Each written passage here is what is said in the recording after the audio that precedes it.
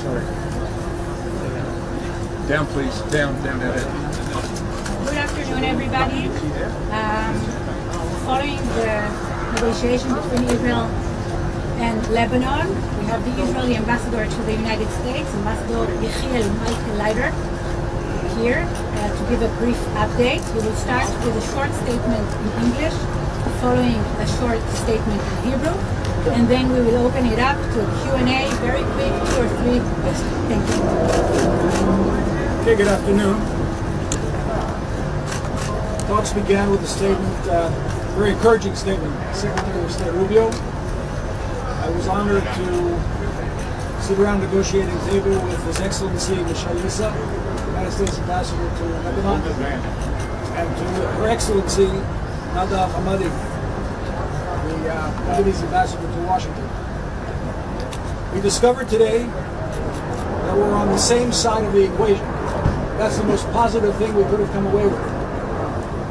We are both united in liberating Lebanon from an occupation power dominated by Iran called Hezbollah. Lebanon is under their occupation, and we are suffering from their constant barrages of missiles and terror attacks trying to cross our border. We talked about a number of things, and most importantly, the vision, the long-term vision, where there'll be a clearly delineated border between our countries, and where the only reason we'll need to cross each other's territory will be in business suits to conduct business or in bathing suits to go on vacation. We made it very clear that the security of our civilians is not up for negotiation. That is understood by the government of Joseph Aoun. And I must say, this was a victory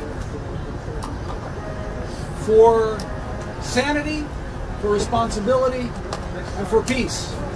Because the head of Hezbollah warned the government of Lebanon yesterday not to participate in these talks. And the government of Joseph Aoun bravely said no to Hezbollah. And this is the beginning of a very strong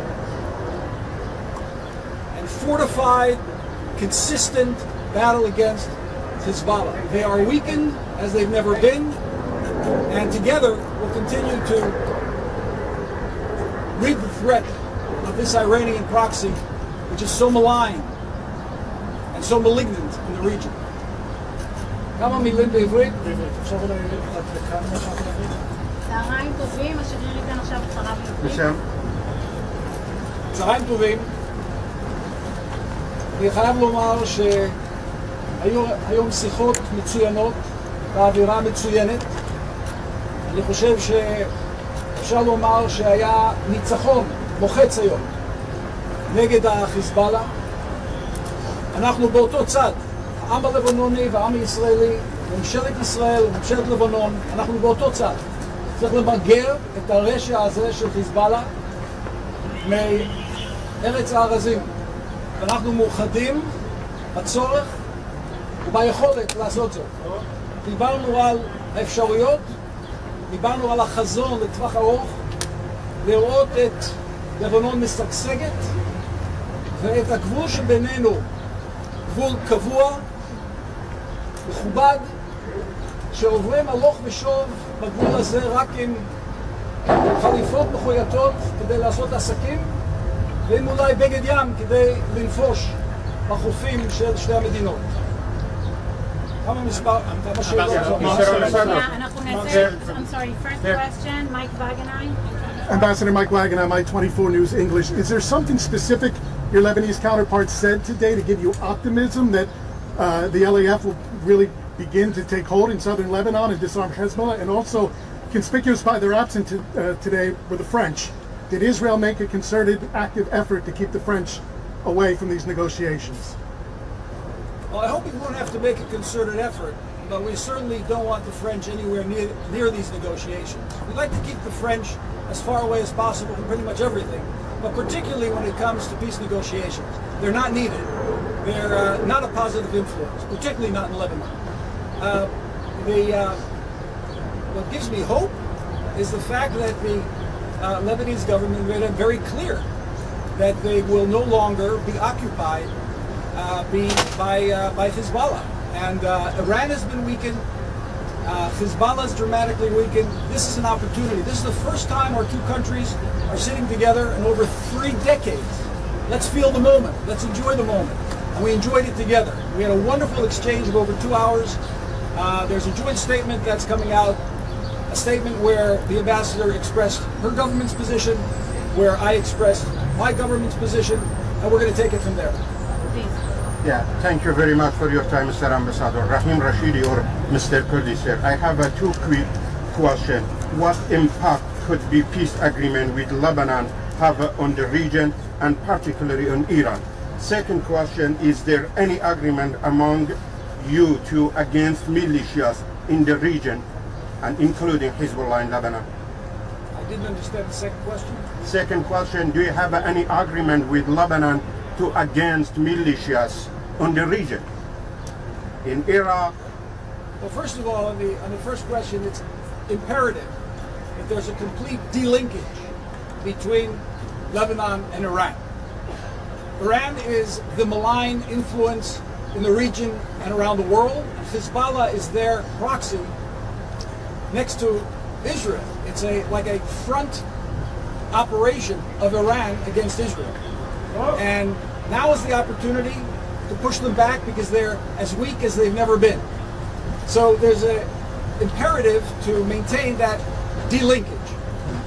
In terms of agreement with Lebanon, we're working on the agreement on every front, on the security front and on the civil front, to try to achieve together a complete peace treaty, that the moment we have the security issue solved, we can take the peace treaty and embark on a harmonious relationship like we have with the other Abraham Accord countries.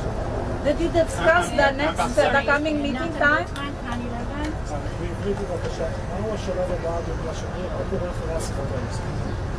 היו כמה הצעות, המלצות. אנחנו ניקח את ההמלצות האלה לממשלות שלנו. אני אקח אותם כמובן לראש הממשלה נתניהו, לממשלה השגרירה חמאדי. נעשה זאת עם לבנון. ונחזור בשבועות הקרובים, נמשיך לשבת. אנחנו כנראה נמשיך את השיחות כאן בוושינגטון. אתה מסביר רק ולוואלה, האם אפשר לשאול לגבי דרישות לבנוניות הקשורות להפסקת האש בגלל שאנחנו יותר חשובים? האם הם הביאו איזושהי יכולת לפרק את חיזבאללה מלשכוח בצד הלבנוני? הם הביאו את הרצון העז, הפעם באמת לפרק את חיזבאללה מלשכוח. ולגבי הפסקת אש, אנחנו עוסקים רק לדבר אחד, וזאת אמרתי היטב. אנחנו עוסקים בביטחון תושבי מדינת ישראל. מה שיבטיח ביטחון המדינה, נעשה. מה שלא יבטיח, או יעמיד בסימן שאלה בביטחון אזרחי ישראל, לא נעשה. Last question, Mark Stone. Hello, Ambassador Leiter, Mark Stone from Sky News. 3 brief questions. First of all, can you give us a sense of, put this moment into context for us? You're talking about Israelis going on holiday to Lebanon and the other way around. I mean, that is extraordinary. So put this in context for us. Secondly, when will Israel cease fire against Hezbollah in southern Lebanon? At the moment, the fighting is ongoing. And lastly, these Lebanese ministers have told us that in a sense Israel is undermining what their effort is, which is they are calling for Hezbollah to disarm, they're calling for dialogue. They say they're doing everything they can and that you're undermining things by continuing to fight in the south.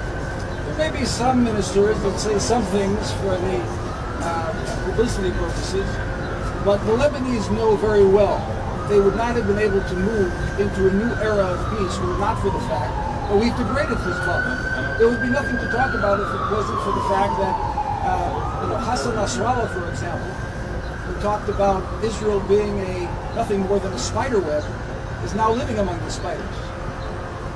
We've degraded Hezbollah, which has enabled Lebanon, the government of Joseph Allen, to take bold steps into direct negotiations with Israel. And that's the context. That's the change that President Trump and Prime Minister Netanyahu have brought across the region, with the degrading of Iran, this malign and malignant entity that's trying to destabilize the entire region.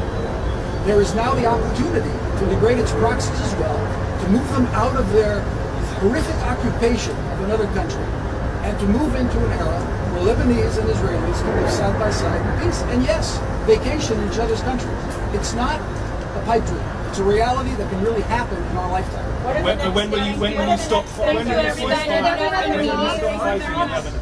When will you stop firing missiles at the Lebanese civilian infrastructure? I guess that's their question. I want to push back on your question. Israelis don't wake up in the morning and look to fire missiles across the border. The missiles are being fired at our civilians. That will be put a stop to. We will not allow a terror organization to continually fire missiles into our population centers. That has to be understood by anybody asking such a question. The Lebanese understand that. I hope the media will as well. Do you think When is the next meeting? Is there another meeting planned?